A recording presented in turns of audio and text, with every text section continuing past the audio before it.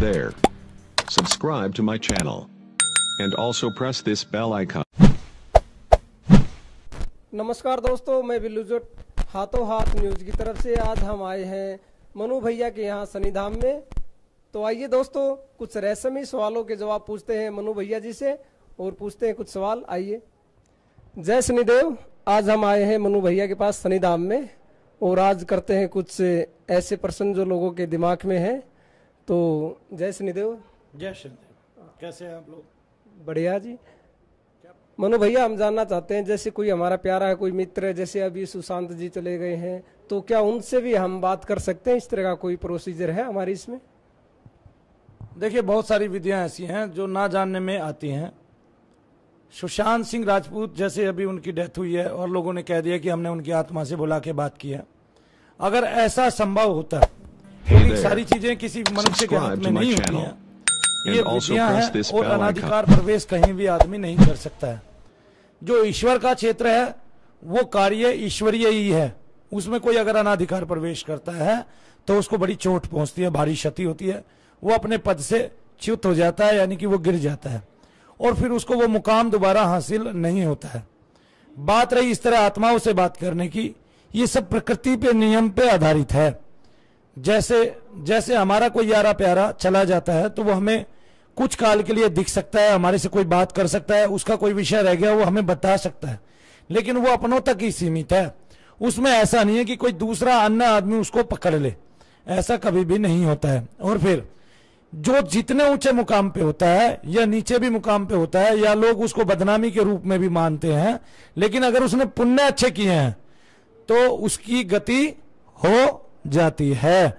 जैसे मैं नाम नहीं लेना चाहूंगा, फिर भी मैं एक बात बता देता हूं कि लोगों को लगा ये व्यक्ति जो है ये बदमाश है, ये व्यक्ति जो है ये इसने देश का बड़ा नुकसान किया है, लेकिन वही व्यक्ति जब मर के और भगवान के दूतों में शामिल होता है तो पता चलता है हमें, क्या कहते हैं कि उस आदमी ने कोई ना कोई पुण्य साथ में ऐसा किया है पाप कर्म के कि उसका पुण्य उसके पाप कर्म पे बड़ा भारी पड़ा।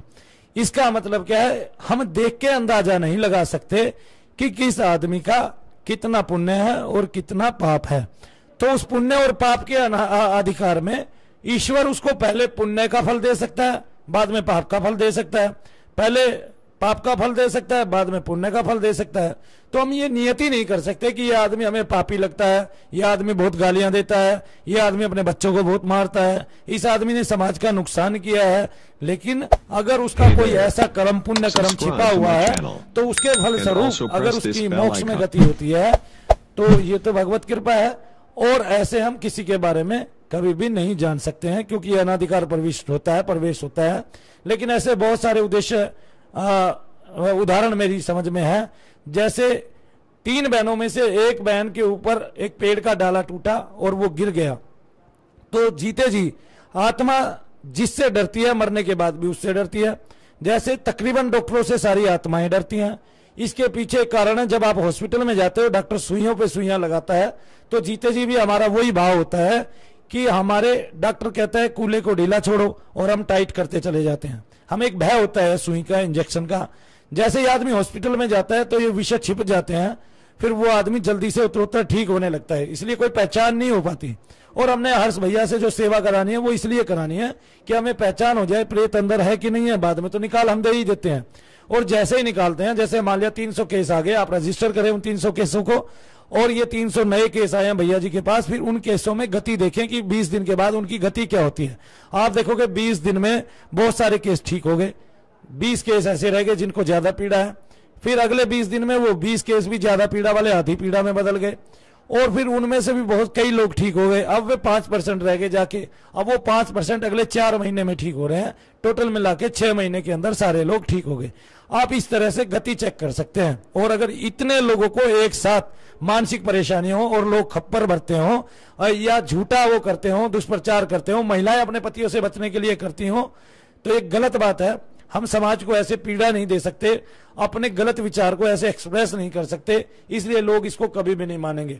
मैं ये काम कर रहा हूं तो इसमें पुलिस वाले भी आ रहे हैं, फौजी भाई भी आ रहे हैं, और इसमें सारे के सारे लोग मेरा साथ दे रहे हैं, अपने घरों को ठीक करा रहे हैं, अपनी पत्नियों को ठीक करा रहे हैं, उनकी मैंने बहुतों की वीडियो भी बनाई है, लेकिन मैं नहीं चाहता कि अब मैं किसी की वीडियो बनाऊं।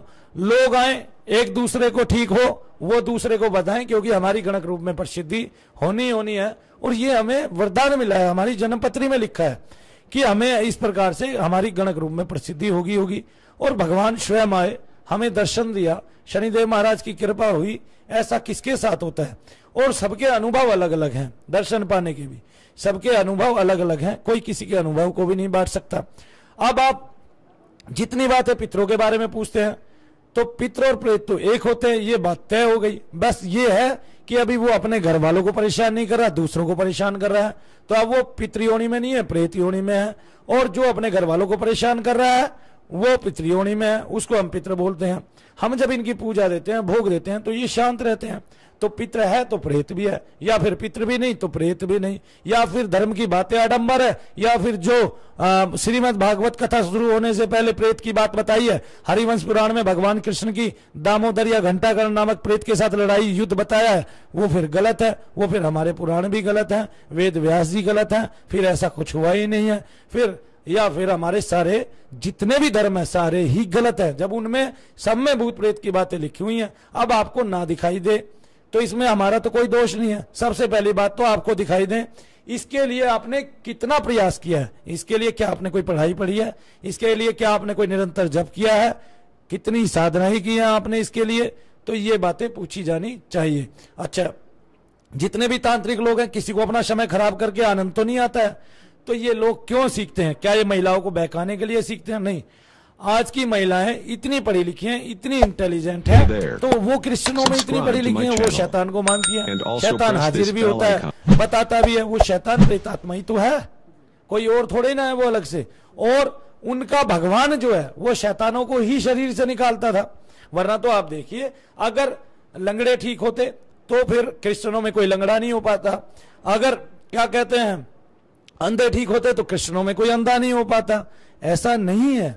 जो प्रेत बाधा है, इवन यहां तक कि जो हमारे आज के एक महात्मा हैं जिनका प्रचार बहुत सारे अभिनेता नेता करते हैं, वो जब बीज मंत्र का जाप देते हैं, उस बीज मंत्रों को करने से जिन माताओं बहनों के यहाँ 4-4 साल के 8-8 साल के प्रेत है और वो उनको अनेक रोग दे रहे हैं, वो रोग ठीक हो रहे हैं, वो रोग ठीक हो रहे हैं, महात्मा का प्रचार हो रहा है। लेकिन महात्मा जी ये नहीं बता रहे हैं कि ये तुम्हारे प्रेत थे।